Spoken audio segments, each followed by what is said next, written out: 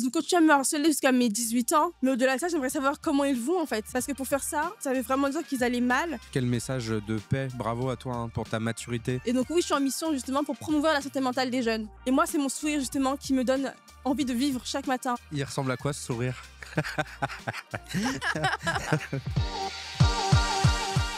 Comment ça va, Annelise? Ça va très bien et toi, Anthony? Eh ben écoute, pas mal du tout. Je suis très heureux de t'avoir dans l'émission. Tu es une survivante, une battante, une femme très engagée sur un sujet qui nous touche absolument tous, celui de la santé de nos jeunes liés au harcèlement scolaire. Tu t'es toi-même battue, tu avais à peine 12 ans, tu as vécu le harcèlement scolaire. Après avoir passé ces années compliquées, t'es devant nous, toujours en vie, Ouais. battante et surtout engagée pour changer les choses. Alors, tu as ramené ton livre, mais moi je l'avais déjà. Annelise Débat, La peur au ventre, une victime du harcèlement scolaire, brise la loi du silence. Et dans ce livre, tu racontes tout ce qui t'est arrivé. Tu animes un podcast qui s'appelle Smile, des ateliers qui vont avec. Enfin bref, tu as plein de choses à nous raconter. Oui. Prends ta place, c'est parti. 3. On commence par Prends-en de la graine. La carte s'appelle La parole des victimes. En 2022, le petit Lucas, 13 ans, se donne la mort à Goblet, dans les Vosges. Les 4 mineurs qui l'avaient harcelé ont été relaxés. La maman de Lucas parle, en ces termes, du sentiment d'abandon de la part de la justice. Tu as vécu la même chose, la remise en question de ton témoignage. Est-ce que c'est pas ça le plus difficile? On ne se sent pas écouté, on ne se sent pas cru. Et c'est un retour à la case départ, en fait. Parce qu'on s'est battu justement pour être reconnu et finalement, on n'est pas reconnu. Et c'est horrible, en fait. Donc, effectivement, la remise en question de mon témoignage, moi, ça a été ce qui a été le plus difficile. Et c'est ce qui est encore le plus. Parce que je comprends pas pourquoi on se pose la question de est-ce qu'elle dit la vérité? Est-ce que c'est exagéré? Alors que non, en fait. Ce qui s'est passé, c'est horrible. Comme ce que toutes les victimes de violence ont vécu, c'est horrible. C'est un deuxième coup, en fait. Effectivement. Et c'est pas normal qu'on se pose la question de est-ce que c'est vrai ou non? On devrait les croire et c'est tout, en fait. Tu racontes ça, ce moment où tu te rends au commissariat et en fait, tu viens témoigner, porter plainte Oui. et il se passe rien? C'est ça, il se passe rien. On me dit non mais vous êtes sûr que vous exagérez pas? Est-ce qu'il s'est vraiment passé ça? Mais c'est horrible. Bah oui, en fait, il y a beaucoup de choses qui malheureusement se passent au quotidien. Il y a beaucoup de meurtres, il y a beaucoup de crimes, il y a beaucoup de délits. Donc pourquoi est-ce que j'ai vécu ça serait pas la vérité? Comment on prouve dans ce genre de cas aujourd'hui? Tu as des conseils que tu donnes aux victimes sur ce qu'elles vivent et ce qu'elles arrivent peut-être pas à matérialiser parce que c'est des paroles parfois. Comment on prouve qu'on est victime de harcèlement scolaire? Il faut un maximum de témoins. Si c'est du cyberharcèlement, c'est plus facile, c'est des messages. Mais si c'est des paroles, le harcèlement psychologique et le harcèlement verbal, il faut des témoins, en fait. Il faut que c'est des personnes qui soient à côté pendant le délit, en fait, la commission du délit, et qui vont témoigner pour dire j'ai entendu ça, c'est la vérité. Merci pour ça. Je te laisse poursuivre. Oui. Allez, 1, 2, 3, 4, prends un stop. Cette carte, elle est très dure et elle s'appelle Brûle-la. Brûle-la. Dans ton livre, tu racontes comment tu as frôlé la mort alors que tu n'étais qu'adolescente. Tu peux me raconter ce passage de ta vie? Oui. Ouais, désolé, je rentre dans le dur directement. Ouais, c'est clair. Non, mais il faut bien de toute façon. Et je le dis aussi à l'époque, moi, c'est ce témoignage que tu avais fait sur une émission où tu racontais ce qui t'était arrivé. Et je pense que des témoignages comme les tiens sont puissants et sont utiles. Et aujourd'hui, tu le racontes très souvent à des jeunes aussi, ce qui t'est arrivé? Oui, tout à fait. C'est vrai que je le raconte à des jeunes parce que c'est utile, comme tu dis très bien, et beaucoup de jeunes se reconnaissent dans ce que j'ai vécu. Et donc, c'est important de libérer la parole et aussi de dire que tu peux le faire toi aussi en tant que jeune, tu peux libérer la parole et il y a forcément une femme qui va t'écouter et qui va te croire. Donc, moi, c'était le 23 septembre 2014, je sortais de l'école, on m'avait volé mon téléphone. Et donc, je suis allée prévenir la CPE qui m'a remballée, comme d'habitude, à leur habitude, voilà. Et donc, je sors de l'école et là, je tombe dans un guet-apens avec une dizaine de personnes, dont un garçon qui me renverse entièrement sur moi un bidon d'essence. Un autre garçon qui sort du groupe avec un briquet et qui me menace de jeter son briquet allumé sur moi.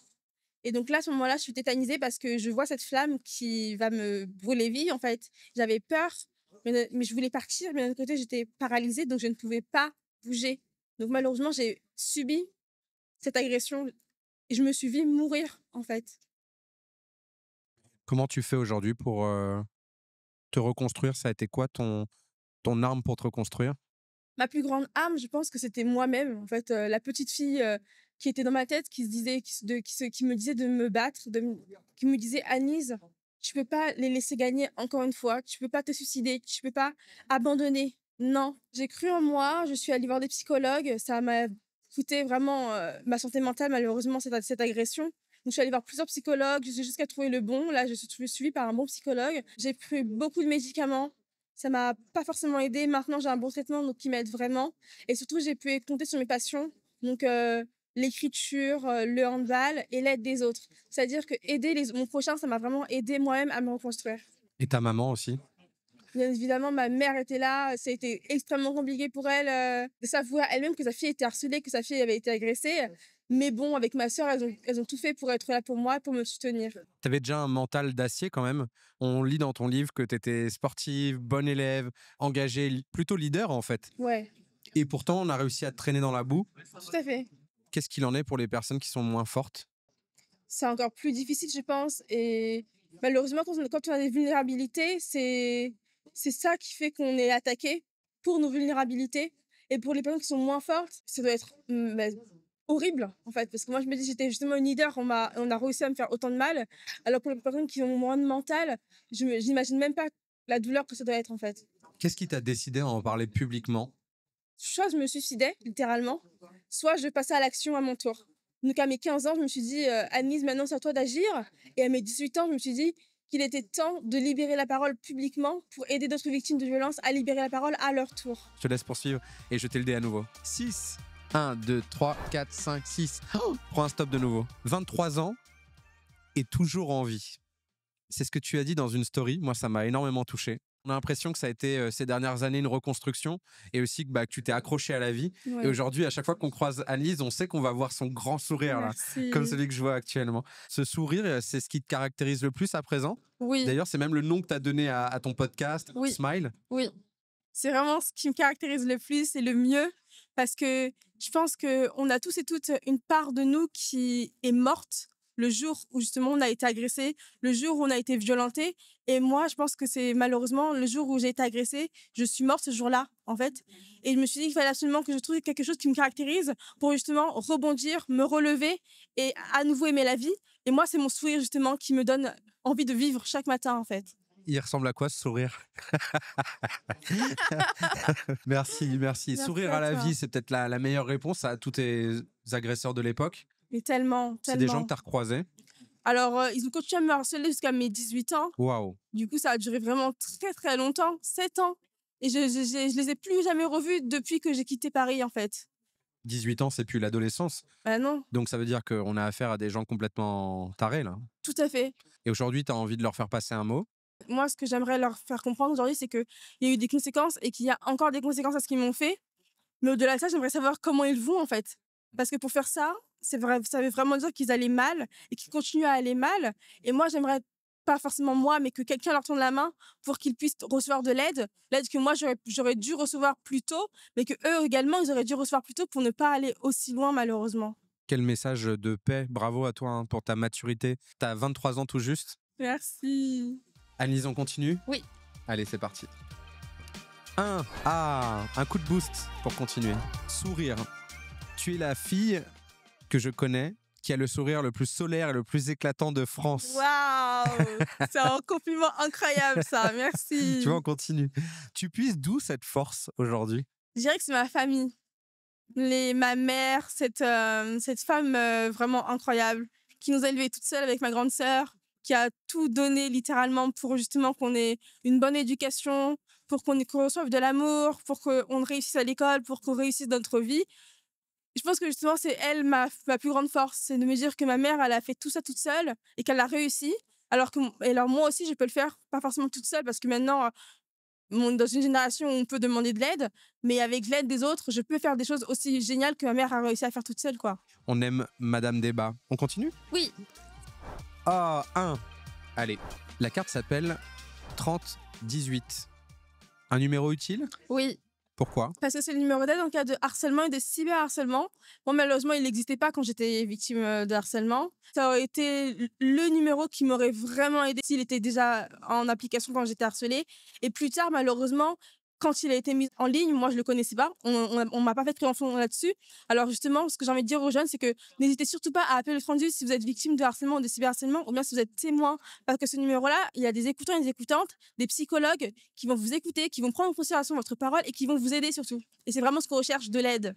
Élèves, parents, professionnels, c'est un numéro vert, donc application mobile pour tout renseignement ou signalement, comme tu l'as dit. Tout à fait. Et le numéro est gratuit, anonyme, confidentiel, 7 jours sur 7, de 9h à 23h, 30, 18, on le répétera jamais assez. C'est clair. Tu en parles souvent, toi, quand tu fais des témoignages auprès des jeunes? Tout le temps. C'est vraiment le premier numéro que je demande aux enfants s'ils connaissent des numéros. Ils me disent toujours le 17 et le 30 quelque chose, le 30-20, le 30-18, le 30-19. Donc le 30-18 ressort tout le temps en fait. Et effectivement, j'en parle tout le temps parce que c'est vraiment un numéro aussi important que celui de la police en fait. Ouais, exactement. Allez, je te laisse poursuivre. Merci pour toutes ces réponses, ma chère Annelise. Allez, 6, on accélère. Smile, c'est le nom de ton podcast. Tu y parles de harcèlement scolaire, de santé mentale. Tu me racontes ta rencontre la plus marquante? C'était avec Mathieu Mocor, le délégué interministériel à la jeunesse. Il est vraiment génial. On a parlé de plein de choses super importantes, la santé mentale des jeunes, le harcèlement scolaire. Et je pense que ce qui m'a marqué avec lui, c'est son aisance à l'oral, mais son aisance avec la jeunesse. Et c'est vraiment beau parce que ça n'est pas de distance entre les jeunes et lui, mais il est comme un grand frère. Ouais. Et le politique, effectivement. C'est comme ça un grand permet de créer frère. de la proximité. Ouais. Exactement. On se sent en sécurité avec lui et on se sent en confiance et c'est important, quoi. C'est ça. On lui passe une grosse dédicace s'il nous écoute. Vas-y, je te laisse poursuivre. 5. 1, 2, 3, 4, 5. Prends un coup de boost. Prévention. Tu passes une grande partie de tes journées à présent à prévenir le harcèlement dans les écoles. Tu dis quoi à ces jeunes quand tu les rencontres? La première question que je leur pose, c'est comment vas-tu aujourd'hui? Parce que malheureusement, il y a des parents qui n'ont pas le temps de poser cette question à leurs enfants. Et donc moi, c'est la première question que je leur pose. Et ensuite, on parle notamment de comment repérer le harcèlement, quels sont les signaux d'alerte du harcèlement scolaire, comment agir si on est témoin, mais également comment agir si on est victime. Mais au-delà de ça, comment prendre conscience que nos actions, c'est un comportement de harceleur ou de harceleuse. C'est ça, c'est faire prendre conscience qu'à son tour, on peut être aussi tantôt victime, tantôt bourreau. Tout à fait, c'est ça. Et il y a des remarques qui reviennent de manière récurrente. Chaque atelier, il y a des remarques que tu entends. Moi, on me demande souvent si, oui, mais on m'a frappé une fois, est-ce que c'est du harcèlement? On m'a insulté une fois, est-ce que c'est du harcèlement? Alors non, il y a vraiment une différence entre les violences, parce que frapper ou insulter, c'est de la violence, et le harcèlement qui est une action de violence qui est répétée dans le temps. Là, on parle de harcèlement si ça se répète, alors que justement, les enfants ont encore du mal à faire la distinction entre violence et harcèlement scolaire. Mais la frontière est vraiment fine, non? La frontière est vraiment fine. Mais justement, dès lors où ça se répète, là, on parle de harcèlement scolaire. Si c'est une fois dans le temps, c'est pas du harcèlement. Bien dit. Allez, je te laisse poursuivre et relancer le dé. 5, 1, 2, 3, 4, 5. Mission. Considères-tu qu'après avoir vécu toutes ces difficultés liées au harcèlement scolaire, tu es en mission aujourd'hui? Mais quelle bonne question, j'adore. Oui. Si je pouvais dire oui 1000 fois, je le dirais 1000 fois. Oui, je suis en mission, c'est clair. Pour moi, déjà, pour la petite fille que j'étais, qui a été agressée, pour qu'elle se reconstruise, pour qu'elle trouve un sens à sa vie, mais également pour tous les jeunes qui sont autour de moi, qui ont eu le même âge que moi à un moment donné, qui ont le même âge que moi. C'est pour nous, en fait, que je suis partie à l'aventure, que je fais de la prévention, que je parle du harcèlement et surtout que je parle de la santé mentale parce qu'on a oublié les jeunes. Alors que non, en fait, on est l'avenir de demain et justement, on a besoin d'avoir des jeunes en bonne santé. Et donc oui, je suis en mission justement pour promouvoir la santé mentale des jeunes. Écoute, tu soignes les jeunes, mais tu me soignes moi aussi. Je suis très touchée par ce que tu dis. Merci. Et on sent cette mission qui t'habite.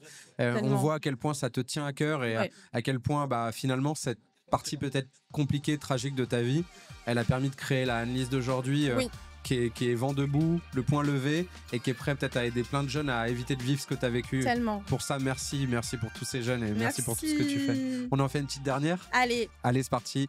1, 2, 3, 4. Ah, elle arrive sur Prends ta place parce que c'est là que ça se termine. Prends ta place. Tu as pris ta place. D'ailleurs, c'est la question que je pose à tous mes invités. Dernière question. Est-ce qu'aujourd'hui, Annelise, tu considères avoir pris ta place? Oui, j'ai pris ma place. Je suis au bon endroit, je suis à ma place. Et je pense que ce que je fais aujourd'hui, ça a de l'importance pour la petite fille que j'étais, qui a été agressée, mais également pour les petites filles qui ont 13 ans actuellement.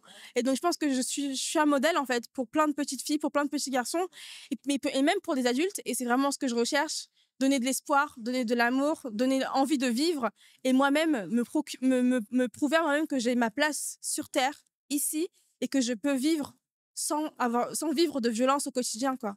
Merci, chère Annelise. T'es un pur plaisir visuel, auditif, ton sourire, ta bonne humeur. Et surtout, je vais reparler de ton livre.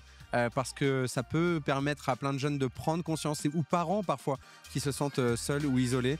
La peur au ventre, une victime du harcèlement scolaire. Tu as brisé l'omerta, tu as pris ta place. Merci d'avoir participé à l'émission. Merci beaucoup. Et on t'embrasse très fort et on te donne plein de force Merci. pour la suite de ton combat, parce que c'est pas fini. Il y a encore plein de jeunes à sensibiliser. Tellement. Merci à toi. Merci beaucoup.